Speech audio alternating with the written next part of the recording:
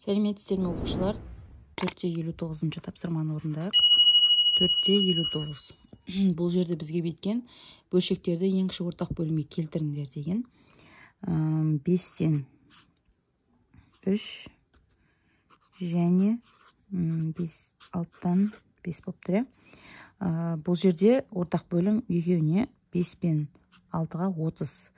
30-ды 5-ке бөлсең 6, 30-ды 6-ға бөлсең 5. Яғни бұл жерден келіп шығады бізде 18-де 30 және 25-де 30 болып келеді. Дәл осылай шығарылады. Енді келесі екіншісі, бір деп қояйық. 2, 6-да 11 және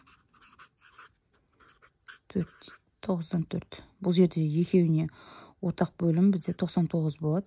99 болу үшін 9-дан береміз. 99-ды 9-ға бөлсең 11-ден береміз. Так, 9 жердегі 6-ң 54-де 99. Ал мынауымыз 44-де 99 болады. Келесі, үшінші есеп шығарайық. 6-тан 5 және 11-ден 4. Бұл жерде ортақ бөлім 66, мынадан 11-ден береміз, мынадан 6-тан береміз. 55-де 66 және 24-де 55 болады. Келесі төртінші есеп. Төртінші есеп бізде 7-де 18 және 6-тан 1 болып тұр. Екеуіне ортақ бөлім 18 болады да, мынадан мен 3-тен берем. Біріншісін өзгертпей өзін жазып қоямын. Так, 18. Екіншісінде 18-ден 3 болады. Так, осылай кете береді. Енді балалар, енді 5-ші есепті шығарайық мына жерде. Так, 9-да 13-тен 9 және 4-тен 5 болып тұр ғой бұл жерде. Екеуіне ортақ бөлім 13-ке де 5-ке де бөлінетін бізде 65. 65-ті 13-ке бөлсең 5, 65-ті 5-ке бөлсең 13 болады. Бұл жерден, так, 9 жерде 5-ін 45-те 65. Так, мына жерде 52-де 65 болады балалар. Келесі 6-шы есеп. Так, 7-тен 5 және 4-тен 3. Ортақ бөлім екеуіне 28 болады. 28 7-ге бөлсең 4, 4-ге бөлсең 7 болады. Так, 20-да 28, 21-де 28 болады. Келесі 7-ші есебіміз 2-де 15 және 3-тен 1. Мына жер 15 болған екен, екеуіне ортақ бөлгіш 15 болады. 15-те 3-ке бөлсең, так, 5 болады да, мынаған 1-ден бересің. Сонда біріншісі 2-де 15 болады. Екіншісі 6-та 15-тен 5 болады. Балалар, енді келесі тапсырма бізде 460-шы тапсырма. Бұл жерде балалар үшеуінде ортақ бөлімге келтіруіміз керекті. Ортақ бөлімге келтіру үшін 2, 6, 3 сандарының ең кіші ортақ еселігі бізде 6. Сол үшін біріншісінде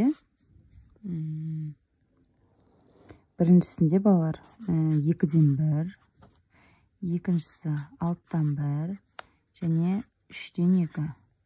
Мынаған 6-ны 3-ке бөлсең 2, 6-ны 6-ға бөлсең 1, 6-ны 2-ке бөлсең 3. Сонда балалар бұл жерден келіп шығады 6-тан 3, так, 6-тан 1 және 6-тан 4. Екіншісі балалар. 4-тен 1. 7-тен 5. Және 9-дан 28. Так, бұл жерде балалар, так, 28 болады, ортақ бөлім. Мынаған 7-ден, мынаған 4-тен, мынаған 1-ден берем.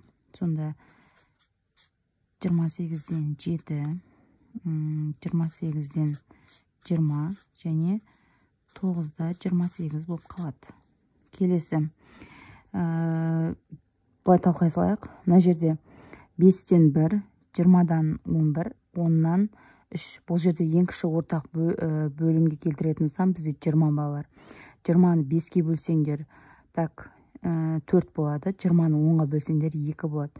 Сонда мына жерде, қарайсыздар, 3-ші есепте. Сонда 5-тен 1, 11-де 20 және 3-де 10. Бұл жерде, так, 20-ға 4-тен бересін, мынаған 1-ден, мынаған 2-ден. Сонда 5-тен 4, 11-ден 20 сол күйі қалады, және 20-дан 6 осы күйі қалады. Енді келесі, так, 5-ке қарай берейік. 3-тен 2, 15-тен 2, 5-тен 4. Бұл жерде ең кіші ортақ еселік бөлімге келтіретін сан 15. 15 3-ке бөлсеңдер 5-тен бересіңдер, 15 5-ке бөлсеңдер 3-тен бересіңдер. Так, мына жерде 28-ден береміз, мына жерде 16-тан береміз. 16-ны 4-ке бөлсең 4, 16-ны 8-ге бөлсең 2, 16-ны 16-ға бөлсең 1. Ал мына жерде, так, 2, 9, 6-ныкі бізде, так, 18 десек те болады. 18-ді 2-ке бөлсең 9, 18-ді 9-ға бөлсең 2, 18-ді 6-ға бөлсең 3. Осылай бере бересіздер балалар.